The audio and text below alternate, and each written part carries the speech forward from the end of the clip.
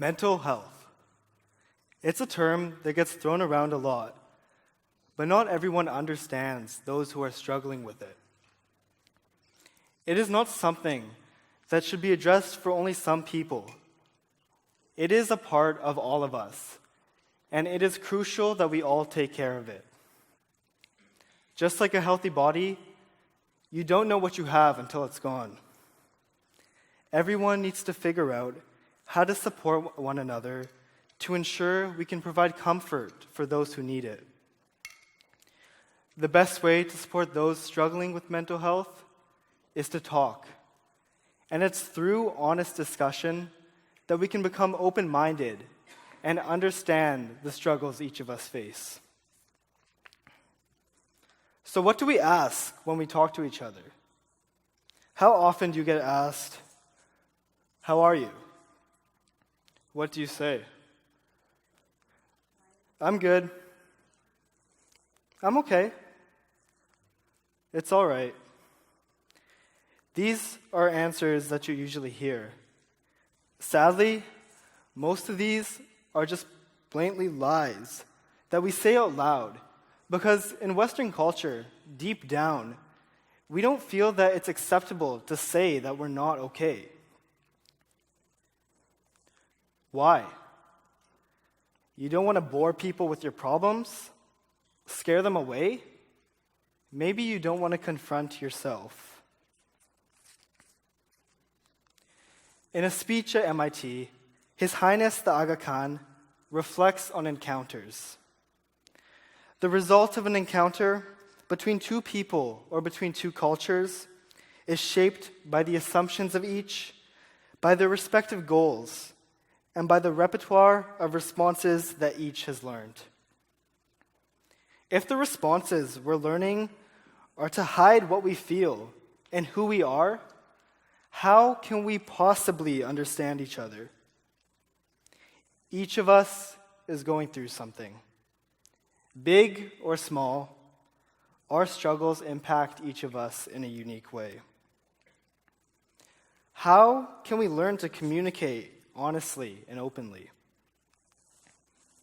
At my school, we use the Harkness method of learning. The teaching philosophy focuses on learning from each other rather than just a textbook. Everyone gets a seat at the Harkness table, and they have the opportunity to share their own opinions and ideas. Discussing the subject matter with diverse peers taught me about the existence of so many worldviews, individual beliefs, and ways of experiencing and understanding the world. Learning in this way made me value diversity and practice pluralism, where I incorporated what I learned into my everyday life. To understand and attain good mental health, we all need to take care of ourselves. All of us come with our own experiences, which inform how we understand mental health, and we need to have open communication. Listen carefully and learn from each other if we're going to be able to support everyone who struggles with mental health. Today, I want us to explore how youth can support one another when struggling with these mental health challenges. There's value in youth coming together to create a space for people struggling with mental health issues to feel safe to talk to and support each other. Also, where people who aren't necessarily struggling can better understand these issues. From understanding the complexity of mental health, youth can apply their learning and raise both support and awareness on a broader scale.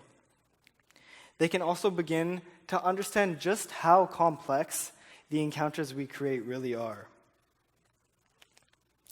The experience of people struggling with mental health issues is the feeling of being misunderstood, alienated, and ultimately alone. History is littered with people who are misunderstood and judged. For those struggling with their mental health, this results in the mistrust of the individuals and the systems that are put in place to support them.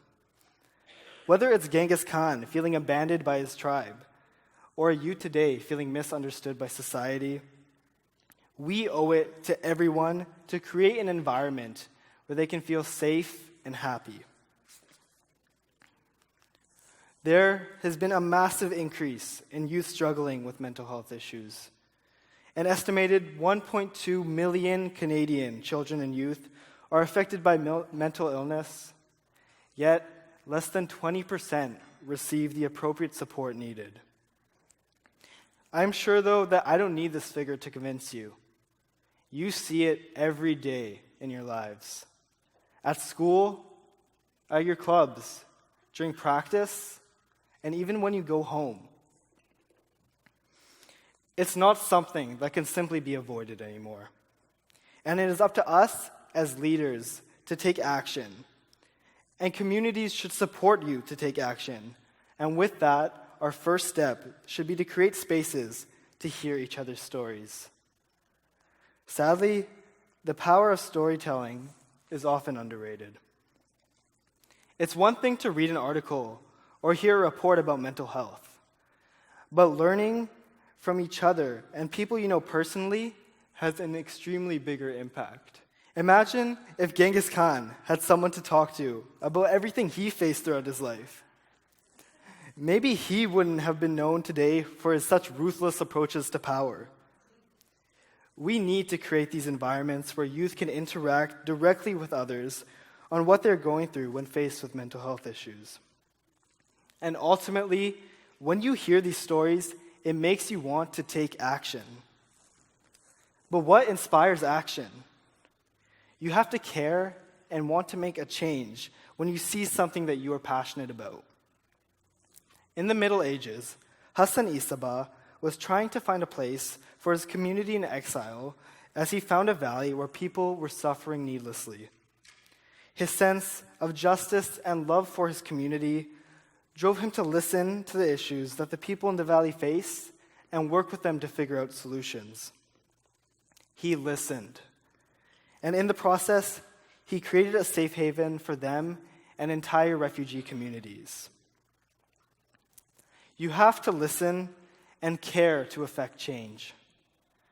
Growing up, I was always the friend that people would go to so they could talk about things that they were facing. However, I watched as many of my friends started to lose that sense of security to speak out about what they were feeling. I could see it in their eyes, hear it in their voice, and feel it from their energy that they were not okay. I felt a responsibility to do something for them to get their voice back. I reinvented my school's mental health club to make it a place where we can have an open discussion about mental health and create a safe space for those who need it. It is a place where those who seek advice can come and receive it based on the experiences of their peers. We analyze and identify issues to understand how people are dealing with them and what we as a community can do to help. Yet, sometimes when we're trying to help, we can make mistakes. When you don't understand what someone is going through, you can misjudge or say well-meaning words that end up having a negative impact. Things like, just focus on being happy, or just breathe. They're not always helpful. Instead, how can we learn from those who actually are facing these challenges to better understand and support them? As youth, we have a tendency to quickly judge people. Listening to different perspectives allows us to gain respect for and understand people in our communities better. Whether it's race, gender, or in this case, mental health, we need to try and understand. But this is actually something we do every day with our friends and family because we can feel comfortable with sharing.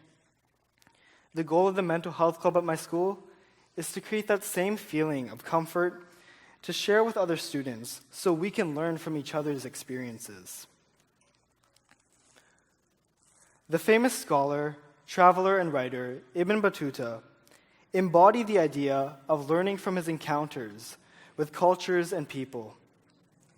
The 14th century explorer grew up in Morocco in an environment of like-minded people with the same opinions and outlooks on life. During his travels, he faced challenges, but he also learned from his experiences. He believed in the goodness of people and learned to be open-minded about things he didn't understand. He shared this approach with people wherever he went. We can learn from Ibn Batuta to have an open-minded and respectful approach to someone we don't understand. All of us play a role in contributing to building positive environments in the communities where we feel at home. When we learn to understand and gain respect for each other through our encounters, we can have open communication to come closer together and step out into the world and be compassionate leaders in all of our passions. We can inspire the world to be a place of respect, tolerance, and pluralism. I hope that you now feel motivated to take action and be that friend who everyone feels comfortable talking to. Because when you act as that support system, you let off a radiance of positive energy that inspires others to do the same. Thank you.